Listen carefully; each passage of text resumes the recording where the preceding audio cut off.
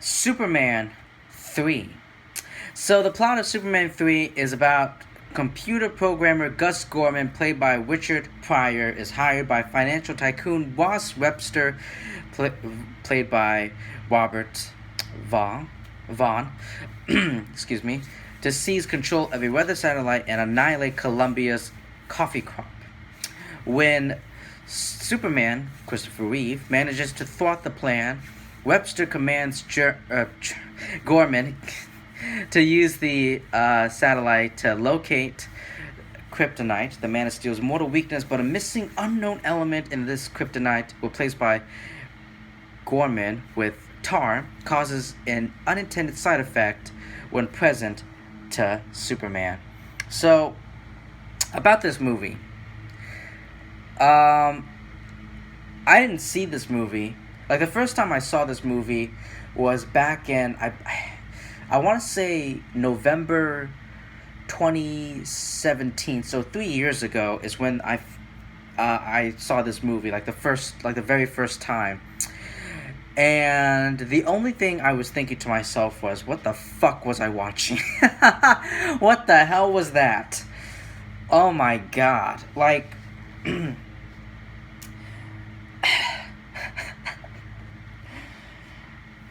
oh my god. Like, the fucking... Why did they put Richard Pryor in this movie? Like, the film's not serious. This isn't a serious movie. It's a cartoon. This movie is a cartoon. That's what it is. It's a fucking cartoon. It's a comedic with this comedic and campy tone, and the casting and the performances by Pryor. It's just it's awful. It's horrendously awful. Oh my god. So, Superman is saving lives, protecting citizens of Metropolis.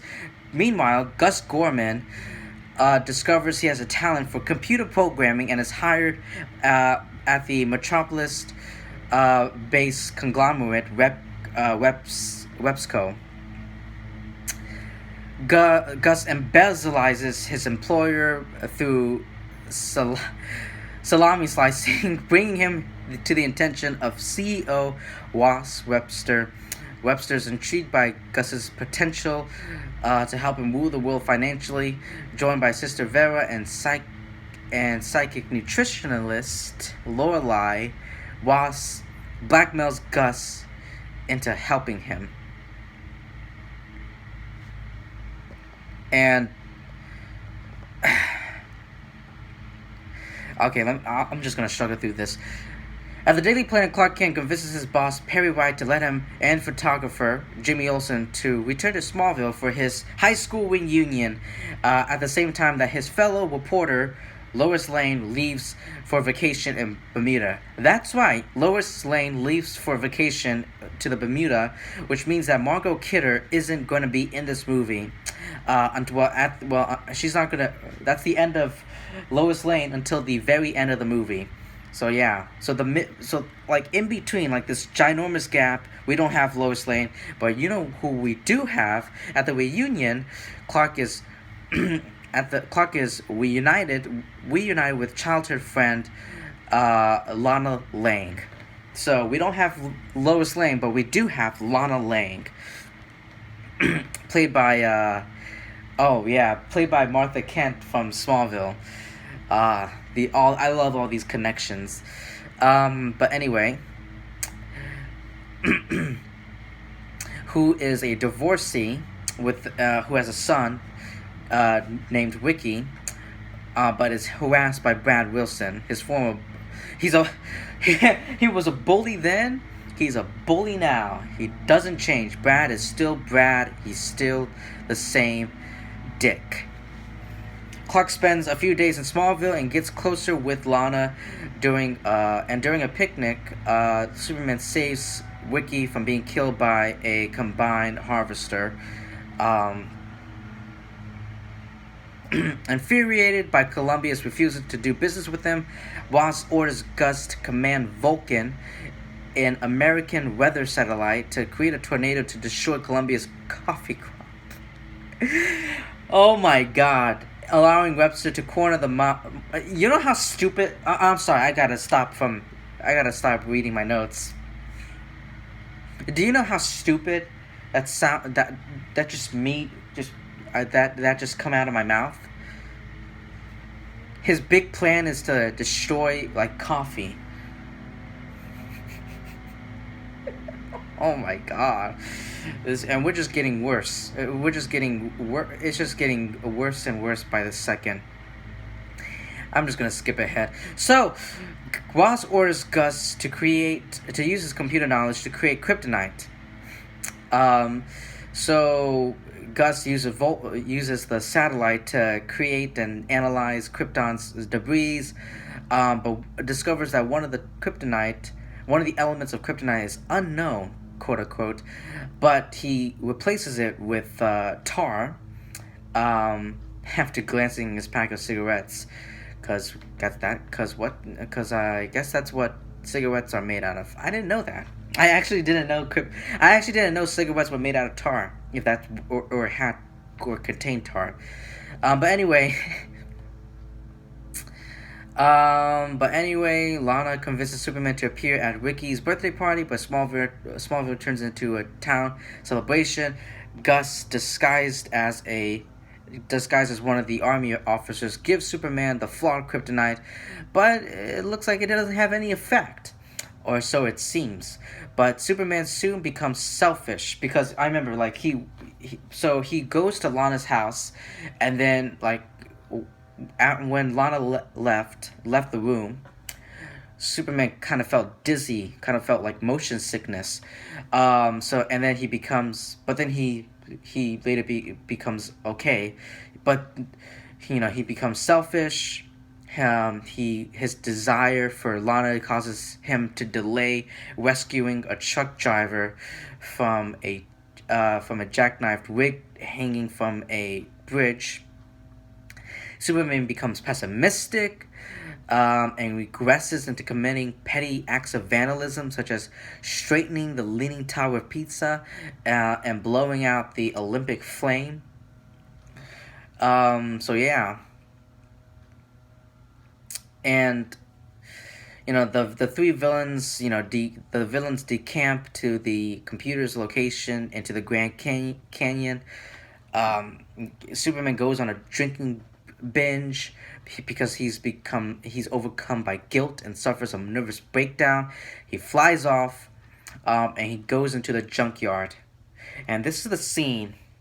This is the one scene that I actually love. This movie is not serious. It's a comedy. This movie is a fucking cartoon. It's a comedy. But this one scene, I actually felt it was amazing. Like, Christopher Reeve was fucking amazing in this scene. Like Superman splits into two persona, the immoral dark Superman and the immoral computed dark Superman, and the moral compass meek mild-mannered Clark Kent. So Clark Kent and Superman fought each other, which ended with Clark being victorious over his dark reflection, and now he's restored to his true self. Clark Kent is now Superman, and he's feeling much better, and he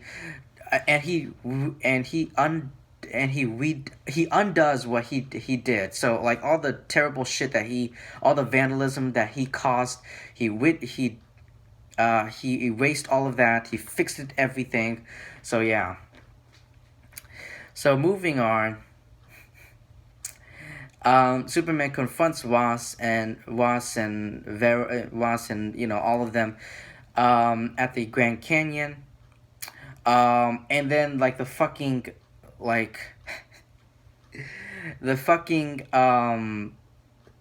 missile launcher looked like a fucking arcade. Like, when they were shooting missiles at Superman at the Grand Canyon, it looked like a fucking video game arcade. That's what... I swear to God, this movie. Oh, man. But guilt-ridden and horrified by the prospect of going down in history as the man who killed Superman, Gus destroys the kryptonite ray. You know, the computer becomes self-aware, defending itself, but it transforms Vera into a cyborg under the supercomputer's control. She attacks her brother and Lorelei with beams of energy and mobilizes them. But Superman returns with a banister of beltric acid, which he places by the supercomputer, which does not resist or suspects no danger. The intense heat emitted by the supercomputer causes the acid to turn volatile, destroying the supercomputer. Superman flies away with Gus, leaving Ross and his cronies to the authorities, and drops Goff at a coal mine. West Virginian coal mine, where Superman recommends him to the computer as a computer programmer, but Gus refuses the job, and decides to take the long way back to Metropolis. Superman returns to Metropolis. As Clark, he pays a visit to Lana, who has moved to Metropolis after Brat's numerous romantic advances. Brat shows up, having stalked Lana on his way to across the country. He attacks Clark only to end up falling into a room. So yeah, whippity fucking do. Lois Lane returns from her vacation. Blah blah blah blah. And has a newfound respect for Clark after reading his story. Before heading to lunch with Lana, Superman restores the Leaning Tower pizza and then flies away into the sunrise for further adventures, just like he did at the end of Superman and Superman 2, and also the next movie, Superman Quest for Peace.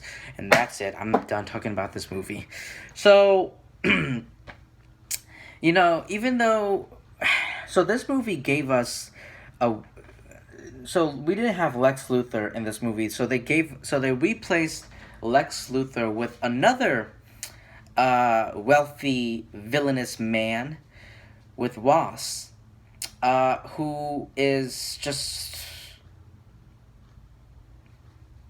wants to control the world's coffee and oil supplies.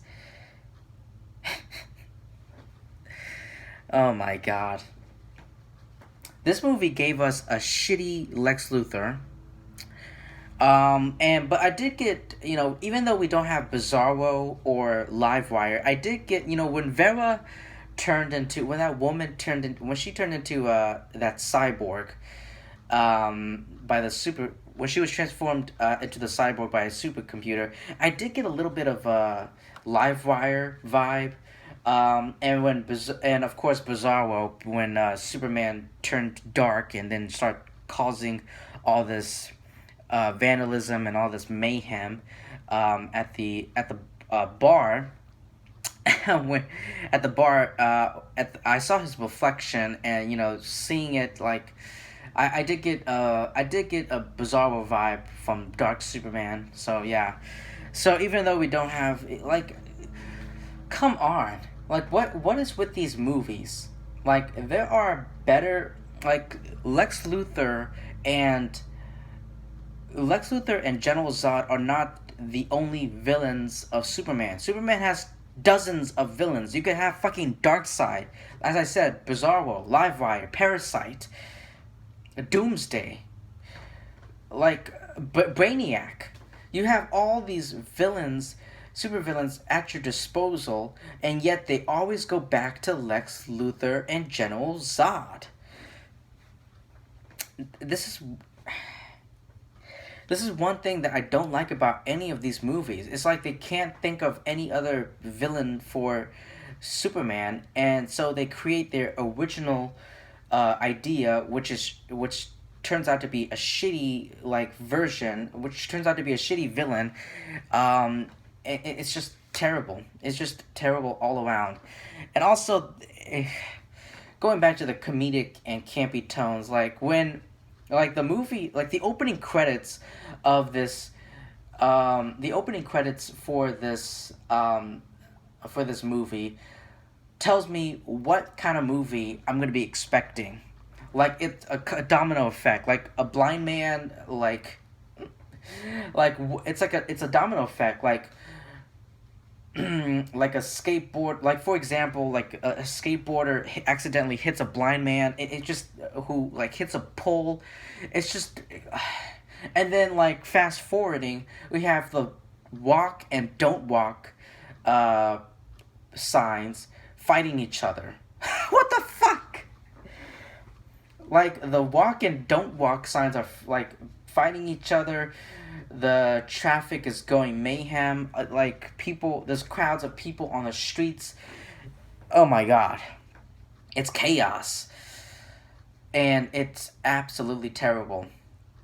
What happened? Because Superman and Superman 2 were both amazing movies, and in this movie, it just went downhill. It just turned into campy, comedic cartoon. Oh my god. This movie is awful. This movie is terrible. This movie is bad. But anyway, what do you guys think about Superman 3 with Richard Pryor and the villain?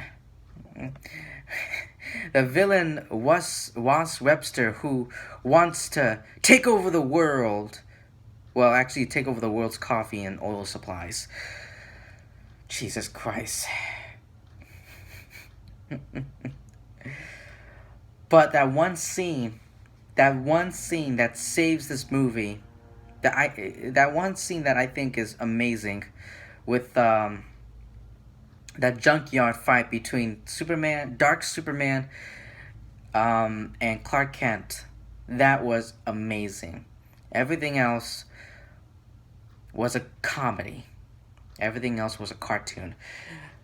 So let me know what you think. Like, comment, subscribe, share this video with your friends and family, and I will see you in my next video.